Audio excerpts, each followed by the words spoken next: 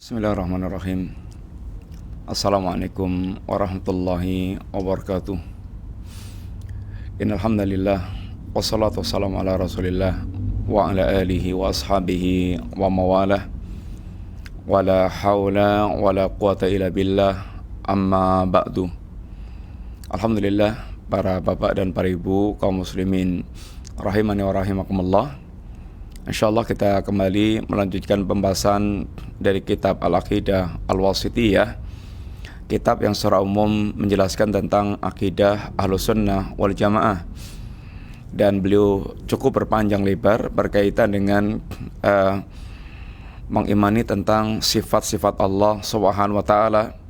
Karena ini diantara ciri khas Ahlussunnah yang membedakan dengan al-bidah, diantaranya adalah bagaimana keimanan mereka terhadap sifat-sifat Allah Subhanahu wa Ta'ala, yang secara umum bahwa al-bidah dalam permasalahan tentang sifat-sifat Allah Ta'ala ini, diantara mereka adalah musyabbihah, orang-orang yang mereka menyerupakan Allah dengan makhluk.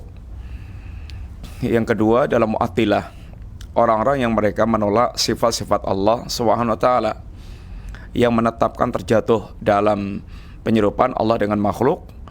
Kemudian yang ingin menyucikan diantaranya mu'attilah terjatuh dalam yaitu penolakan terhadap sifat-sifat Allah Subhanahu wa Ta'ala. Dan mu'attilah ini ada di sana ada Jahmiyah, ada Mu'tazilah, dan masuk ini Asy'ariyah. Kalau Jahmiyah menolak semua nama dan sifat. Kemudian Mu'tazilah menetapkan nama tanpa sifat. Allah Sami tanpa pendengaran, Allah Basar tanpa penglihatan, Allah Alim tanpa ilmu, dan seterusnya. Kemudian Asy'ariyah menetapkan nama, menetapkan sebagian sifat, dan menolak sebagian sifat yang lainnya. Ini adalah sungguhnya bentuk daripada penolakan sifat dengan cara yaitu takwil, menolak sifat Allah tapi kemudian dia lakukan takwil atau tahrif tepatnya, itu menyimpangkan pada makna yang mereka ini kehendaki. Ahlussunnah wal Jamaah mengimani nama dan sifat Allah seperti yang Allah dan Rasulnya telah jelaskan dalam Al-Quran dan dalam As-Sunnah, tanpa melakukan penyerupaan Allah dengan makhluk, tanpa menggambarkan bagaimananya Allah, sifat Allah Ta'ala, tanpa melakukan tahrif, takwil atau tahrif, menyimpangkan makna yang mereka kehendaki, dan tanpa melakukan taktil, penolakan. Ini semuanya merupakan jalan-jalan al-bid'ah yang hasilnya adalah melakukan penolakan terhadap penyerupaan dengan makhluk atau penolakan terhadap sifat-sifat Allah Subhanahu wa Ta'ala. Adapun Ahlussunnah membangun keyakinan dalam masalah sifat Allah ini, sekali lagi, bahwasanya Allah ketika menjelaskan para kita, yang pertama penjelasan Allah itu bi'ilmin, sebagaimana Allah terangkan tentang Al-Quran yang Allah turunkan, anzalahu bi'ilmillah, bahwa Al-Quran itu diterangkan Allah dengan ilmu Allah Ta'ala, diturunkan Allah dengan ilmu Allah Ta'ala, sehingga betul-betul semuanya penuh dengan ilmu, tidak ada unsur kebodohan, tidak ada yang Allah sampaikan berdasarkan kebodohan, semuanya dengan ilmu. Yang kedua, bahwasanya semua ungkapan Allah itu sesuai, semuanya adalah merupakan kejujuran, yang Allah menegaskan, waman asdaqu minallahi qila, apakah ada yang lebih jujur dibandingkan dengan Allah SWT? Semuanya adalah kejujuran, kebenaran, tidak ada kedustaan sama sekali. Yang ketiga, bahwa apa yang Allah sampaikan adalah ungkapan yang terbaik, paling fasih, karena Allah menegaskan, waman ahsanu minallahi haditha, mana ada yang lebih fasih, lebih bagus ungkapannya dibandingkan dengan Allah SWT. Ini semuanya adalah apa yang dijelaskan Allah kepada kita sekalian, dan Allah zat yang paling suka memberikan penjelasan segamblang-gamblangnya kepada kini hambanya. Para pemirsa yang rahmati Allah Subhanahu wa Ta'ala, oleh karena itu Ahlussunnah dalam mengimaninya tentang nama dan sifat ini sebagaimana yang Allah ini kehendaki, sebagaimana yang Rasulnya kendaki, sebagaimana kaidah yang diajarkan oleh para ulama kita, ar-risalah minallahi risalah, aminallahi ar-risalah, wa ala rasuli al-balagh, wa alaina at-taslim. Risalah ini datangnya dari Allah SWT. Risalah dengan semua penjelasan yang di dalamnya itu semuanya datangnya dari Allah Ta'ala. Datangnya dari Allah, bukan datang dari filosof, bukan dari pemikir, bukan dari sekelompok orang, tapi datang dari Allah SWT yang menciptakan manusia, yang mengetahui segala-galanya. Kemudian wa ala rasuli al-balagh, dan kewajiban Rasul adalah menyampaikan. Dan Nabi kita telah menyampaikan dengan amanah, dengan persaksian Allah dan persaksian ini manusia. Kemudian wa alaina taslim, dan kewajiban kita adalah taslim. Taslim itu kalau berkaitan dengan khobar-khobar, itu adalah bentuknya tasdiq, itu membenarkan, tidak mendustakan. Kalau berkaitan dengan perintah dan larangan, al-awamir wa nawahi, bentuknya adalah sami'na wa ta'na. Ini adalah sikap ini taslim. Para pemirsa rahmati Allah Ta'ala, sekarang kita bicara tentang diantara sifat Allah adalah wajah Allah. Allah menjelaskan, menyebutkan tentang dirinya, Allah memiliki wajah. Ahlussunnah menetapkan, sebagaimana dalam membangun keyakinan tentang Allah, sebagaimana tadi yang telah kita sampaikan, dasarnya adalah semuanya diturunkan dengan ilmu Allah, dengan kejujuran Allah, dengan penjelasan yang sefase-fasenya. Maka Ahlussunnah menetapkan sifat wajah bagi Allah Subhanahu wa Ta'ala. Adapun ahlul bidah, di antara mereka ini melakukan takwilan atau tahrif, di mana wajah ditahrif dengan ditahrif dengan apa itu namanya thawab, yaitu pahala, ditahrif dengan pahala Allah Subhanahu wa Ta'ala. Ini adalah sebuah penyimpangan, dari apa yang Allah telah jelaskan kepada kita, yang awalnya adalah mengingkari wajah Allah, karena mereka khawatir menetapkan wajah Allah itu akan terjatuh dalam yaitu penyerupaan Allah dengan makhluk. Maka kemudian dia akhirnya tahrif dengan thawab, yaitu pahala. Dan tentu ini bertentangan dengan nas, bertentangan dengan Al-Quran, bertentangan dengan As-Sunnah, bertentangan dengan ijma', bertentangan pula dengan logika manusia.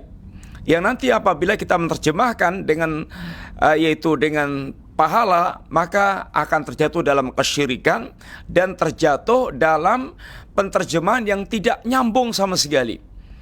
Mari kita ikuti dulu apa yang disampaikan oleh beliau berkaitan dengan penjelasan dengan nas-nas yang beliau bawakan berkaitan dengan wajah Allah Subhanahu wa Ta'ala.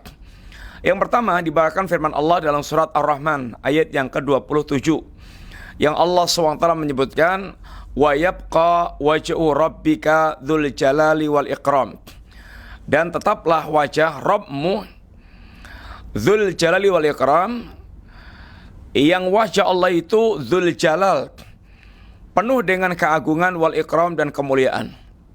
Di sini Allah menegaskan tentang kekekalan wajah Allah Subhanahu wa Ta'ala. Kekekalan wajah Allah Subhanahu wa Ta'ala. Tetaplah wajah Allah, wajah Rabbmu, dan Rabbika, yaitu diidhofahkan kepada engkau, yaitu Rasulullah SAW. Inilah rububiyah khusus. Alam semesta ini semuanya adalah ciptaan Allah, dan Allah Rabbul Alamin. Akan tapi Allah mengatakan Rabbuka, yaitu Rabbmu, itu menunjukkan tentang kekhususan Rasulullah SAW, menunjukkan tentang kemuliaan Rasulullah SAW, dinisbatkan secara khusus. Sehingga diantara makna idhofah adalah tasyrif, yaitu semua yang diidhofahkan dengan Allah itu adalah mengandung makna pemuliaan. Baitullah, rumah Allah, rumah Allah. Baitullah, rumah Allah. Semua rumah milik Allah, semua bangunan milik Allah, semua yang ada di alam semesta milik Allah Ta'ala. Tetapi Allah khususkan dengan Baitullah, menunjukkan Baitullah masjid itu punya kekhususan, punya kemuliaan tersendiri ketika disandarkan dengan Allah Subhanahu wa Ta'ala. Demikian pula berkaitan dengan Rabbika, Rabbmu, yaitu rububiyah terhadap Rasulullah SAW. ini adalah menunjukkan rububiyah yang khusus, yang menunjukkan tentang kemuliaan Rasulullah sallallahu alaihi wasallam. Kemudian wajib wa yabqa wajhu rabbik. Kemudian zu ini adalah bentuknya marfu, sehingga merupakan sifat dari wajhu, bukan rabbi. Kalau rabbi dzil jalali wal ikram. Tapi ini kembalinya kepada wajah Allah, ini wajah Allah yang memiliki keagungan dan memiliki kemuliaan. Ini adalah pensifatan tentang wajah Allah Subhanahu wa taala. Di sini bahwasanya wa yabqa wajhu rabbik, dan tetaplah wajah Rabbmu. Ini kembali kepada ayat yang sebelumnya, kullu man 'alaiha fan wa yabqa wajhu rabbik. Seluruh yang ada akan hancur, akan punah, dan tetaplah wajah Allah Subhanahu wa taala. Di antara sifat daripada makhluk ini akan mengalami kehancuran, kecuali yang dikehendaki Allah Subhanahu wa taala. Ada makhluk-makhluk yang Allah kehendaki kekal, di antaranya seperti surga, neraka, arsy, kursi, kemudian roh, kemudian ajbuddam. Ajbuddam itu tulang ekor manusia. Ini adalah termasuk di antara beberapa yang akan tidak mengalami kepunahan. Ini surga, neraka, kemudian aras, kemudian kursi, kemudian ajbuddam, yaitu tulang ekor manusia, kemudian ruh. Ini adalah di antara yang akan mengalami, yaitu kekekalan yang tidak dihancurkan oleh Allah Subhanahu wa taala. Wajah Allah, kita mengimaninya Allah Subhanahu wa taala memiliki wajah. Tentu menetapkan wajah Allah yaliku bijalali, sesuai dengan keagungan Allah Subhanahu wa taala. Adapun kemudian sebagian ahlul bid'ah mentakwil dengan thawab, maka ini telah melakukan pembicaraan tanpa ilmu. Bahkan mereka ahlul bid'ah mengatakan, apabila kita menetapkan apa yang Allah sampaikan, wajah, tangan, kemudian kaki, kemudian marah, kemudian cinta, dan seterusnya, kalau kita menetapkan, maka kita akan menjadi kafir dan musyrik. Tentu subhanallah amma yasifun, subhanallah amma yaqulun. Bagaimana Allah Subhanahu wa taala berbicara dengan ilmu, Allah bicara dengan penuh kejujuran, Allah bicara dengan penuh kefasihan. Lalu kita ketika menetapkannya, kita akan terjatuh dalam perbuatan kekafiran, kesyirikan. Ini sama dengan menuduh bahwasanya Allah melakukan tipuan kepada para hambanya. Berarti Allah telah melakukan penipuan dan penyesatan kepada para hamba. Ini sebuah tuduhan yang sangat mungkar sekali. Maka orang yang mereka melakukan tahrif, melakukan penyimpangan terhadap sifat-sifat Allah dengan mentahrif, yaitu memalingkan kepada makna yang mereka kehendaki, karena mereka asalnya adalah bicara tentang Allah dengan akal mereka, sehingga apa yang bertentangan dengan akal mereka tolak, apa yang kira-kira cocok dengan akal maka mereka tetapkan. Maka ketika mereka bicara tentang sifat Allah, akal mereka ada yang langsung melakukan penolakan semuanya, nama sifat ditolak semuanya, karena khawatir dengan akalnya itu dia akan terjatuh dalam menyerupakan Allah dengan makhluk. Sebagian mereka dengan akalnya menetapkan nama, menolak sifat. Sebagian lagi dengan akalnya menetapkan nama, menetapkan sebagian sifat, menolak sebagian sifat yang lainnya, dengan cara ditolaknya ditahrif. Asy'ariyah di antaranya, yaitu mereka menetapkan nama, menetapkan sebagai sifat, di antaranya 7 sifat yang terkenal. Ini qadirun atau qudrah, kemudian qudrah, ilmu, kemudian hayun, sama, basar. Ini adalah di antara mereka tetapkan. Kalau mereka berani menetapkan sebagian sifat, mestinya harus berani menetapkan sifat yang lainnya. Karena kalau mereka menetapkan sifat yang 7, umpamanya qudrah, ilmu, kemudian hayun, kemudian sama, kemudian basar, ini semuanya ada pada manusia. Kok mereka berani menetapkan kepada Allah, bagi Allah, katanya ini semuanya sesuai dengan keagungan Allah Ta'ala, sama dengan yang lainnya. Kalau ini ditetapkan sesuai dengan keagungan Allah Ta'ala, maka sifat yang lainnya tetapkan pula, tinggal mengatakan sesuai dengan keagungan Allah Subhanahu wa Ta'ala.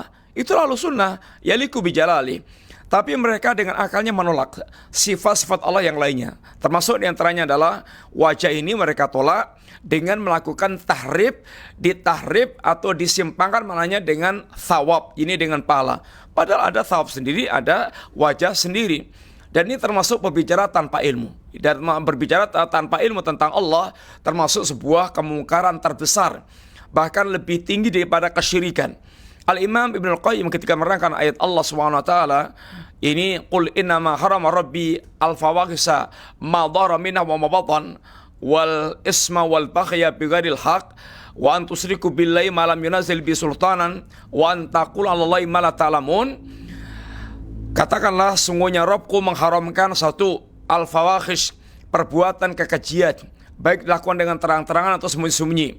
Yang kedua, wal isma wal baghya bighairil haq, perbuatan kecurangan, kezaliman yang merupakan perbuatan yang tidak benar. Yang ketiga, menyekutukan Allah tanpa ilmu. Yang keempat, berbicara mengucapkan Allah tanpa dalil. Yang keempat, berbicara tentang Allah tanpa ilmu. Yang keempat ini semakin ke nomor 4 semakin besar dosanya. Sehingga yang terbesar, yang keempat, berbicara tentang Allah tanpa ilmu. Padahal yang ketiga adalah syirik. Bagaimana berbicara tentang Allah tanpa ilmu lebih besar daripada perbuatan syirik? Iya, karena berbicara tentang Allah tanpa ilmu ini sumber segala kesesatan. Tidaklah muncul syirik, kekafiran, kemudian segala macam, yaitu kesesatan yang ada, bid'ah, maksiat dan yang lainnya itu, kecuali muncul dari berbicara tentang Allah tanpa ilmu. Berbicara tentang Allah ini tanpa ilmu, sehingga merupakan sebuah kemungkaran yang sangat besar sekali. Seperti yang telah kita sampaikan tadi, bahwa di antara ahlul bidah yang mereka mentafsirkan wajah yaitu dengan thawab, ini dengan pahala. Maka ini sebuah penyimpangan dan kekeliruan, kesesatan. Yang pertama yaitu menyelisihi zahirnya lafaz. Lafadznya adalah wajhu rabbik, wajah Rabbmu. Maka memalingkan kepada makna yang lainnya itu menyelisih zahirnya lafadz, dan ini adalah sebuah kekeliruan atau kesesatan. Yang kedua, menyelisih ijma'nya para salaf. Menyelisih Al-Quran, menyelisih sunnah, kemudian menyelisih ijma'nya para salaf. Para salaf mereka tidak ada yang mentahrif wajah dengan thawab, yaitu dengan pahala. Yang semuanya mereka menetapkan wajah Allah SWT. Memalingkan pada thawab itu membutuhkan dalil. Mana dalilnya? Bahwasanya wajah itu dipalingkan dengan thawab. Yang ketiga, bahwa bagaimana kalau diterjemahkan, kalau dipalingkan dengan thawab, padahal Allah mensifatinya Dzul Jalali wal Ikram. Wajah Allah yang memiliki keagungan dan kemuliaan. Kalau ditahrif dengan thawab, dengan pahala, berarti terjemahnya pahala Allah yang memiliki keagungan dan kemuliaan. Ini adalah tidak bisa, tidak pas, dan tidak bisa ditafsirkan yang ke situ. Kalau wajah Allah yang memiliki Dzul Jalil wal Ikram, yang memiliki keagungan dan kemuliaan, pas. Baik, itulah disifatkan tentang wajah Allah SWT. Tapi kalau thawab pahala Allah, bagaimana disifati dengan Dzul Jalali wal Ikram? Tidak bisa. Karena thawab itu makhluk. Thawab itu makhluk. Pahala itu makhluk. Diciptakan Allah SWT. Maka bagaimana kemudian makhluk pahala ini disifati dengan Dzul Jalali wal Ikram? Ini sebuah kesesatan. Kemudian juga ada hadis Rasulullah SAW yang beliau mengatakan hijabuhun nur, hijabnya Allah itu adalah cahaya. Law kasyafahu, seandainya hijab Allah itu dibuka, la ahraqat subuhatu wajhihi manta ilahi basaruhu min khalqih. Seandainya wajah Allah itu disingkap, seandainya hijab Allah itu disingkap, akan terbakarlah semua sepanjang pandangan mata Allah SWT. Padahal semuanya terlihat oleh Allah Ta'ala. Maka apabila dihijab disingkap akan akan terbakarlah semuanya. Di sini bagaimana wajah dipalingkan dengan thawab. Berarti apabila pahala Allah disingkap tabirnya, ini kan nggak bisa. Ini tidak bisa diterjemahkan seperti itu. Kemudian juga, apalagi ada doa Rasulullah Sallallahu Alaihi Wasallam. Di antaranya Nabi berdoa bahwa kita doa masuk masjid.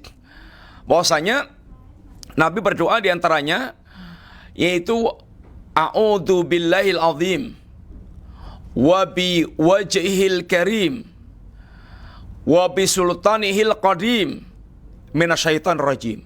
Aku berlindung kepada Allah yang Maha Agung, yaitu dan dengan wajah Allah yang mulia dan dengan kekuasaan Allah yang terdahulu, yang dari awal, berlindung dari syaitan yang terajam. Ini adalah berlindung kepada Allah, wajah Allah, kekuasaan Allah, ini semuanya sifat Allah Ta'ala. Dan itu dibenarkan, itu adalah Allah alamatnya. Tapi kalau diterjemahkan dengan pahala, aku berlindung dengan pahala Allah, itu namanya musyrik, berlindung kepada makhluk. Karena thawab itu makhluk, aku berlindung kepada makhluk, maka akan terjatuh pada kesyirikan. Karena Nabi mengajarkan doa, yaitu kita berlindung kepada makhluk Allah, padahal tidak boleh kita berlindung kecuali kepada Allah Subhanahu wa taala. Para pemirsa rahmati Allah Ta'ala, demikian pula ada doa Rasulullah SAW yang Nabi mengajarkan diantaranya, Allahumma inni as'aluka ladzatan nazar ila wajhik. Ya Allah, aku minta kepada Engkau kelezatan memandang wajahmu. Kelezatan memandang wajahmu. Ini doa yang Nabi ajarkan kepada kita, dan lengkapnya doa itu adalah Allahumma bi ilmil kal ghaib wa qudratika alal khalqi ahyini ma'alim tal hayatu khairan ma'alim tal hayata khairan li. Ya Allah, dengan ilmumu yang gaib dan dengan kekuasaanmu terhadap makhluk, hidupkanlah aku seandainya Engkau hidupkanlah aku jika Engkau mengetahui kehidupan itu baik bagiku. Wa tawaffani idza alim tal wafat khairan li, dan wafatkan aku, matikan aku seandainya kematian itu lebih baik bagiku. Allahumma inni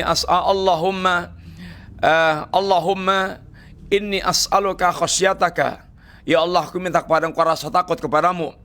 Rasa takut fil ghaibi wasyahadah, ketika dalam keadaan tidak dilihat orang dan dalam keadaan dilihat oleh orang banyak. Minta ini rasa takut kepada Allah, takut yang bisa menghalangi dari kemaksiatan kepada Allah Subhanahu wa taala. Was'aluka kalimatal hukmi fi ridha wal ghadab, dan aku minta kepada Engkau ya Allah kalimat yang bijak saat ridha maupun saat marah. Yang biasanya orang ridha dia atau marah, dia tidak memiliki kalimat-kalimat yang bijak. Kalau dia ridha maka semuanya oke. Kalau dia marah semuanya ditolak.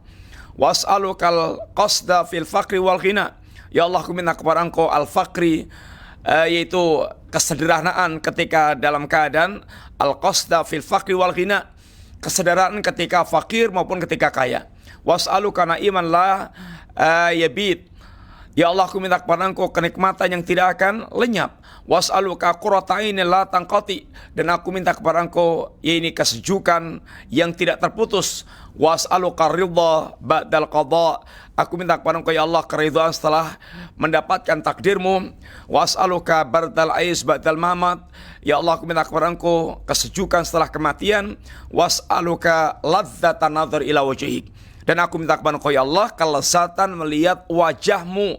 Wasyauqan ila liqaik, dan minta kepada Engkau kerinduan untuk bisa bertemu denganmu. Ini adalah di antara doa Nabi yang Nabi ajarkan kepada kita. Satu di antaranya, Allahumma inni as'aluka ladzatan nazar ila wajhik. Ya Allah, aku minta kepada Engkau kelezatan melihat wajahmu. Kalau diterjemahkan, kalau ditakwilkan dengan thawab, dengan pahala, berarti ya Allah, aku minta kepada Engkau kelezatan pahalamu. Bagaimana melihat pahalamu? Melihat pahalamu bagaimana? Tidak cocok, tidak pas. Maka ini adalah sebuah penyakit. Fa'ilam takun tara fa'inau yarak. Kalau anda tidak bisa pada makom yang pertama, makom musyahadah, maka yakinlah Allah melihat anda. Ini makom muraqabah. Kedua-duanya merupakan makom seorang yang muhsin dalam beribadah kepada Allah, yang dengan itu betul-betul dia akan bisa menghadirkan keikhlasan dengan sangat mudah. Adapun ihsan kepada para hamba Allah yang memiliki akhlak yang bagus, memiliki akhlakul karimah, memiliki muamalah yang baik, dia menjadi hamba yang serba memberikan manfaat, karena hamba yang paling dicintai Allah adalah hamba yang paling bermanfaat bagi orang lain. Ahabbun nas ilallah anfa'uhum linnas. Hamba yang paling dicintai oleh Allah, manusia yang paling Allah cintai, yang paling bermanfaat bagi manusia.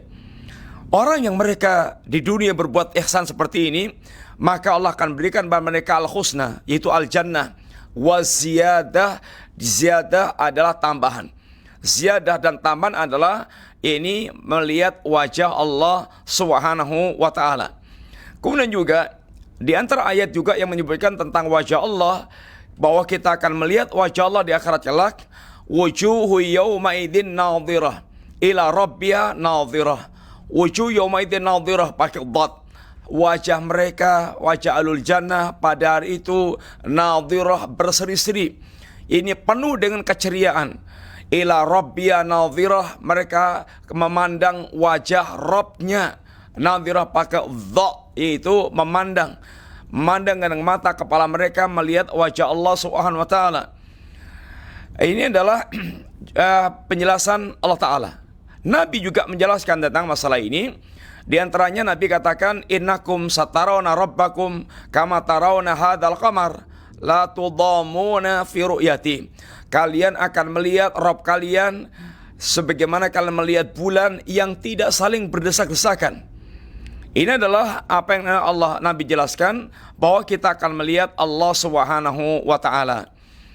Dan telah kita sampaikan bahwasanya melihat wajah Allah ini merupakan kenikmatan yang sangat besar, kenikmatan yang sangat tinggi, dan bahkan dikatakan dalam hadis Nabi sallallahu alaihi wasallam, ketika ahlul jannah telah masuk ke surga, idza dakhala ahlul jannah al jannata, Nabi katakan ketika ahlul jannah telah masuk ke jannah, qala, maka yaqulullah tabaraka wa taala, Allah mengatakan, turiduna syai'an azidukum, apakah kalian ingin saatnya aku memberikan tambahan kepada kalian?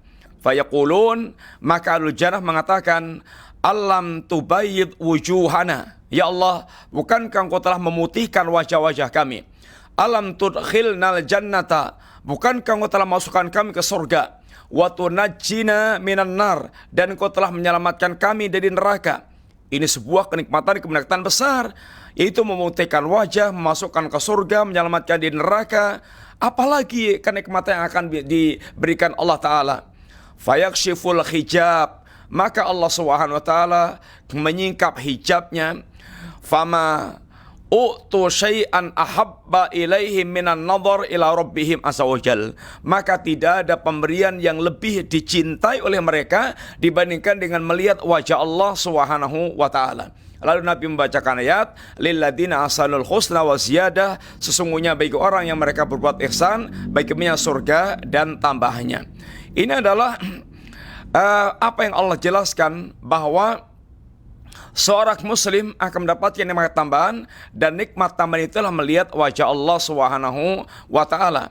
Oleh karena itulah kita diajarkan di dunia, bahkan diajarkan Nabi berdoa kepada Allah Subhanahu wa ta'ala agar kita betul-betul senantiasa berharap mendapatkan kenikmatan, kelezatan melihat wajah Allah Subhanahu wa ta'ala. Dan Imam Syafi'i juga menjelaskan ketika ini merangkan ayat Allah, pada hari itu orang-orang kafir itu mereka terhijab dari wajah Allah Subhanahu wa ta'ala.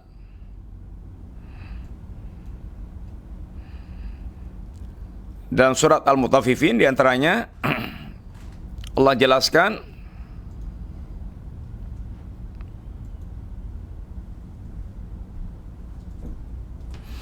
wujuh yawma idzin nadhirah ila rabbiha nadhirah, surat Qiyamah yang telah kita baca tadi.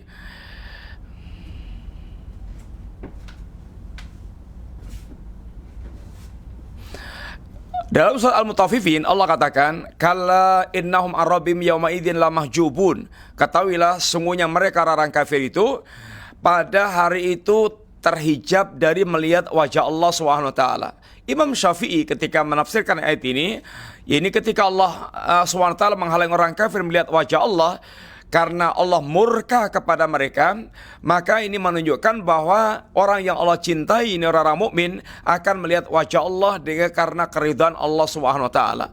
Inilah penjelasan Imam Syafi'i ketika menjelaskan ayat tersebut. Dengan demikian, penetapan tentang wajah Allah ini benar-benar ada dalam Quran, ada dalam surah Nabi, bahkan diajarkan dalam doa-doa Nabi kepada kita sekalian.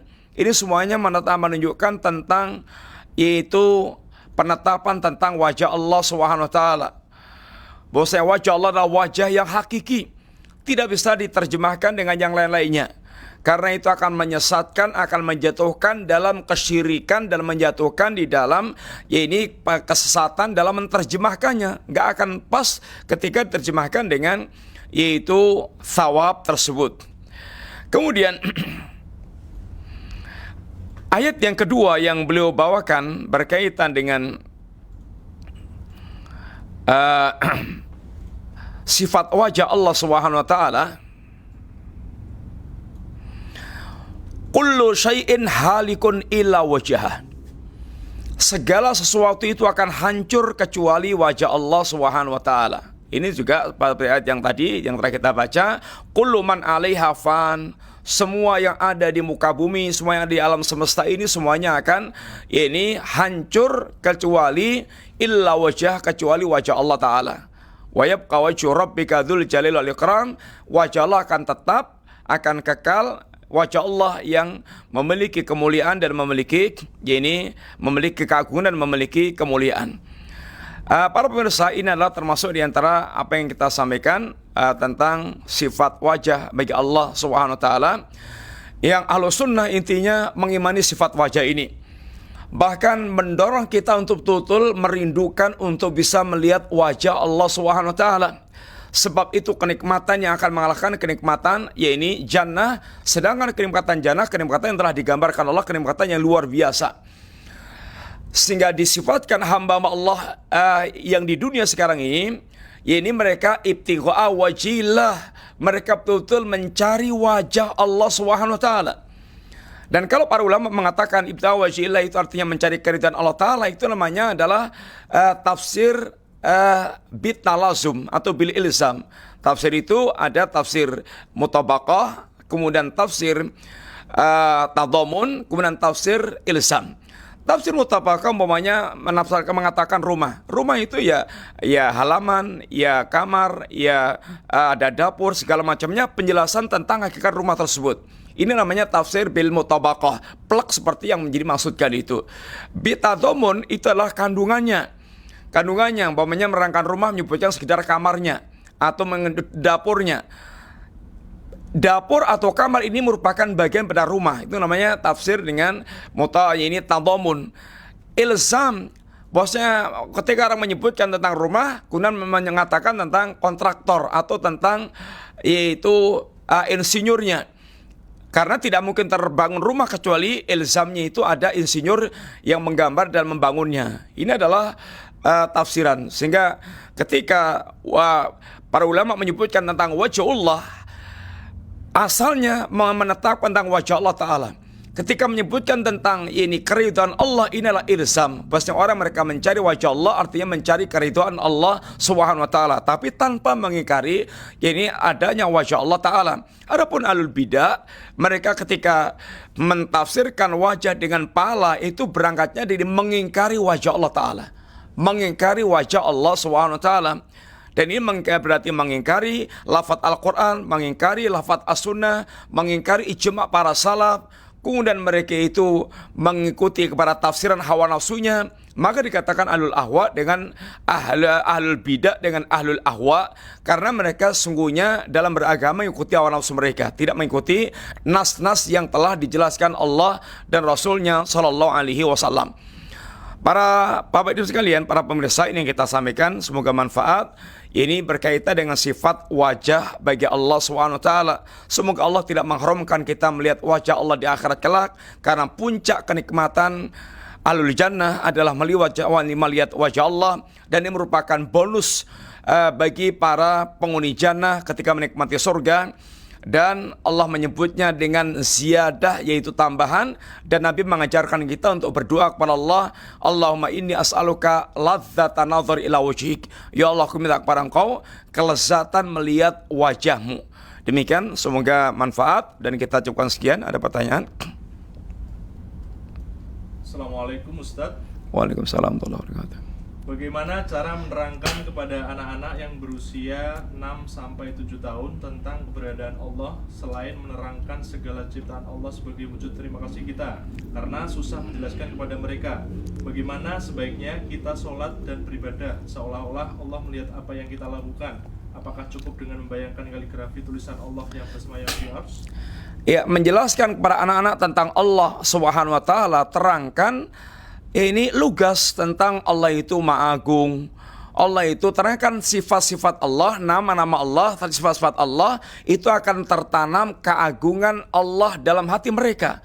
Allah itu melihat, Allah itu mendengar, Allah itu Maha Indah, Allah itu menyaksikan semua perbuatan kita, dan seterusnya. Semua kandungan nama dan sifat terangkan satu persatu pada anak-anak. Mereka akan dengan fitrahnya menangkap tentang keagungan kebesaran Allah. Allah mencintai hamba yang berbuat baik, Allah mencintai hamba yang khusyuk, Allah mencintai hamba yang betul-betul fokus. Ini semuanya kita terangkan, mereka akan gampang untuk menerima. Tidak usah aneh-aneh. Nabi menjelaskan kepada Ibnu Abbas yang umur 9 tahun, yaitu menjelaskan lugas tentang akidah tentang Allah Subhanahu wa taala. Itu akan langsung tergambar di hati mereka tentang keagungan Allah Subhanahu wa taala. Sehingga terangkan aja biasa menerangkan tentang ini keagungan Allah dengan ciptaan alam semesta. Itu kalau ketika bicara tentang para makhluk Allah Ta'ala sebagai tanda kekuasaan Allah Ta'ala. Yang kedua, terangkan apa adanya, jelaskan tentang nama-nama dan sifat Allah yang terkandung dalam nama-nama tersebut, seperti yang dijelaskan para ulama dengan cara yang gampang, yaitu dengan bahasa yang gampang. Itu akan nancep di hatinya anak keyakinan tentang Allah Ta'ala. Allah sang pencipta yang menciptakan alam semesta semuanya ini. Allah yang mengatur semuanya. Terangkan bagaimana matahari berjalan, bintang berjalan, bulan berjalan, semuanya diatur oleh Allah SWT. Bagaimana Allah SWT zat yang maha indah, keindahan alam semesta, keindahan tubuh kita, keindahan semua yang ada. Keterangan tentang Allah maha lembut, maha penyayang, bagaimana Allah menyayangi para hambanya. Sebutkan bagaimana rahmat Allah yang ada, kemudian bagaimana kita disayang oleh Allah Ta'ala. Itu akan menancap di hati anak, sehingga akan tergambar keagungan tentang Allah Subhanahu wa Ta'ala. Wallahu ta'ala ala bisawab. Jazakallahu khairan atas jawabannya Ustadz. Pertanyaan berikutnya, izin bertanya Ustadz, Ahlus Sunnah dituduh musyabihah oleh Ahlul Bid'ah. Apa maksud musyabihah Ustaz? Iya, musyabihah adalah menyerupakan Allah dengan makhluk. Sehingga tuduhan Ahlul Bid'ah dari zaman dulu kala, bahwasanya Ahlus Sunnah yang mengimani nama dan sifat Allah itu dianggap menyerupakan Allah dengan makhluk. Padahal Ahlus Sunnah dengan sangat gamblang, tidak ada di kitab-kitab mereka sekalimat pun ketika menetapkan itu menyerupakan Allah dengan makhluk. Karena akalnya Ahlul Bid'ah itu memaksakan kalau menetapkan nama dan sifat itu berarti akan terjatuh dalam penyerupaan Allah dengan makhluk. Padahal Ahlus Sunnah dengan kaidah Quran yang Allah jelaskan, laisa kamitsli syai' wa huwas samiul basir. Tidak ada yang serupa dengan Allah Ta'ala. Sebelum Allah menjelaskan, menetapkan Allah maha mendengar, Allah maha melihat, Allah awali dengan Allah tidak serupa dengan apapun. Artinya semua yang Allah jelaskan tentang dirinya, Allah melihat, Allah mendengar, Allah bicara, Allah turun, Allah memandang, Allah berwajah.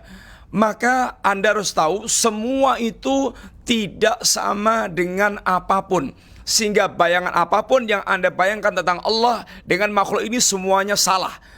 Tapi imanilah semua yang Allah jelaskan tanpa menyerupakan Allah dengan makhluk.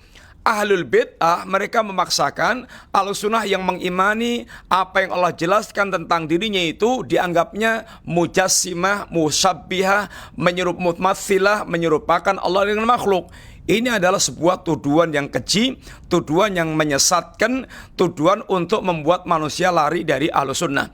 Sebagaimana Qadariyah menuduh Ahlussunnah Jabriyah, yaitu karena mengimani takdir Allah Ta'ala.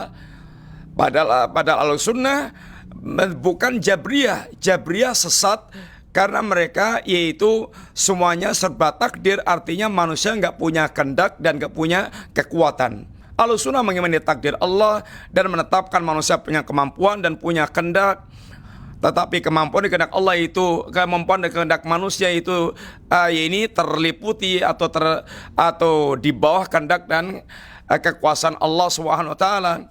Ini adalah Ahlussunnah betul sesungguhnya memiliki cara pengimanan yang sangat sederhana, simpel. Al-bid'ah yang mereka itu betul-betul ruwet di dalam, yaitu menyampaikan akidah mereka tentang Allah. Akhirnya mereka terjerat-jerat sendiri, notok-notok sendiri, memiliki banyak masalah berkaitan dengan pengimanannya tentang Allah Subhanahu wa taala. Wallahu taala alam bisawab.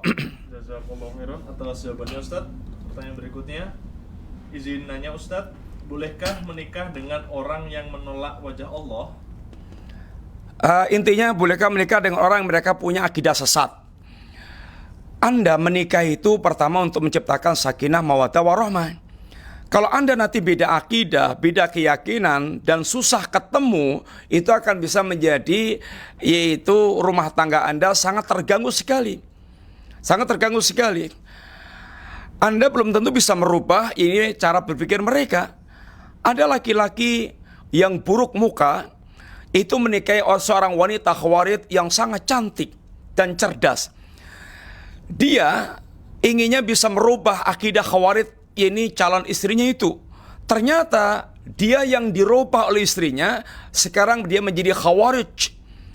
Dia bahkan mencaci maki Ali bin Abi Thalib.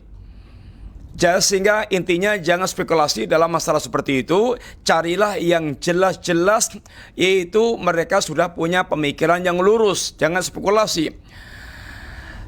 Wanita yang punya akidah yang lurus dan cantik juga insya Allah sangat banyak. Ngapain Anda mencari, memfokuskan pada wanita yang punya penyimpangan, seakan-akan dunia isinya dia saja. Intinya carilah orang yang mereka sudah bagus. Anda tidak perlu lagi nanti repot-repot, tidak lagi membongkar pasang dan menata pikiran orang itu tidak seperti menata barang. Sehingga perlu pertimbangan yang matang ketika Anda mau menikah dengan orang yang punya pemandangan atau keyakinan-keyakinan yang masih bengkok, yang masih keliru. Wallahu ta'ala alam bisawab. Jazakallahu khairan atas jawabannya Ustaz. Pertanyaan berikutnya, bismillah, afwan Ustaz. Jika menuntut ilmu adalah jalan untuk menuju surga Allah dan memandang wajah Allah adalah kenikmatan tertinggi, apakah orang yang masuk surga sudah pasti bisa memandang wajah Allah?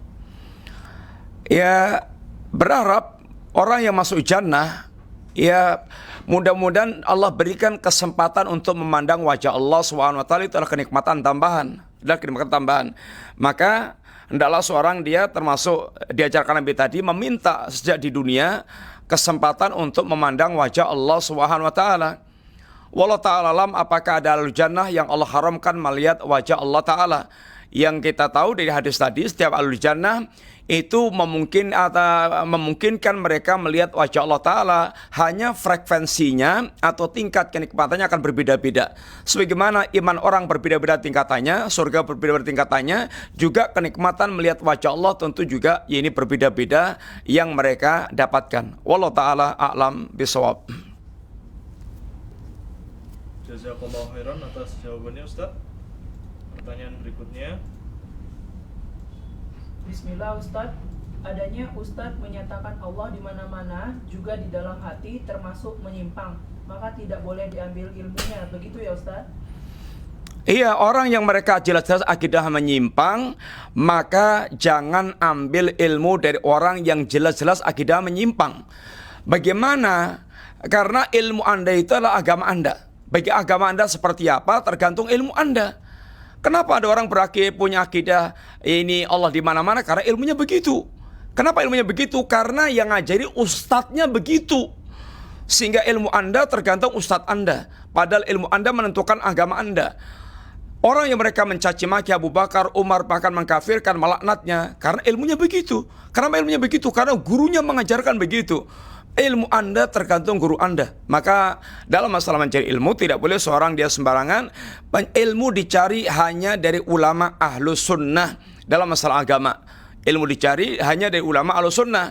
Adapun soal kebenaran tidak boleh ditolak dari siapapun, tapi menerima kebenaran lain dengan mencari ilmu. Mencari ilmu itu mesti kepada orang yang telah jelas-jelas ini ilmunya. Apakah mereka punya akidah yang lurus, punya manhaj yang lurus, atau mereka orang yang ini bengkok. Demikian para ulama membimbing kita dalam masalah mencari ilmu. Wallahu taala alam bisawab. Jazakallahu khairan atas jawabannya Ustaz. Pertanyaan berikutnya. Assalamualaikum. Waalaikumsalam warahmatullahi wabarakatuh. Manakah yang lebih baik, beda agama dengan beda manhaj? Ya, kalau bilang lebih ringan, ya lebih ringan, ya ini beda, ya ini manhaj, artinya beda manhaj itu mereka masih muslim. Tapi kalau dia itu kafir, yaitu sudah beda agama. Yang orang kafir itu kalau dia matinya di atas kekafiran, maka dia adalah ancamannya adalah neraka, artinya kekal di dalam neraka. Kalau dia masih muslim, maka dia masih memungkinkan untuk mendapatkan jannah. Wallahu taala alam bisawab. Jazakallahu khairan atas jawabannya Ustaz. Cukup. Demikian Bapak sekalian, insyaallah kita lanjutkan pembahasan kita pada pertemuan yang akan datang bismillah. Kita insya Allah bertemu lagi pada hari berikutnya, dan mudah-mudahan Allah memberikan kemudahan kita untuk bisa menyelesaikan pembahasan kitabnya para ulama, sehingga bisa mengambil faedah-faedah walaupun sebisa yang kita ambil faedahnya sesuai dengan kemampuan kita. Demikian, jazakumullah khair, terima kasih banyak. Segala kurang minta maaf. Wassallallahu ala nabiyyina Muhammadin wa ala alihi wasallam. Subhanakallahumma wa bihamdika asyhadu an la ilaha illa anta astaghfiruka wa atubu ilaik. Assalamualaikum warahmatullahi wabarakatuh.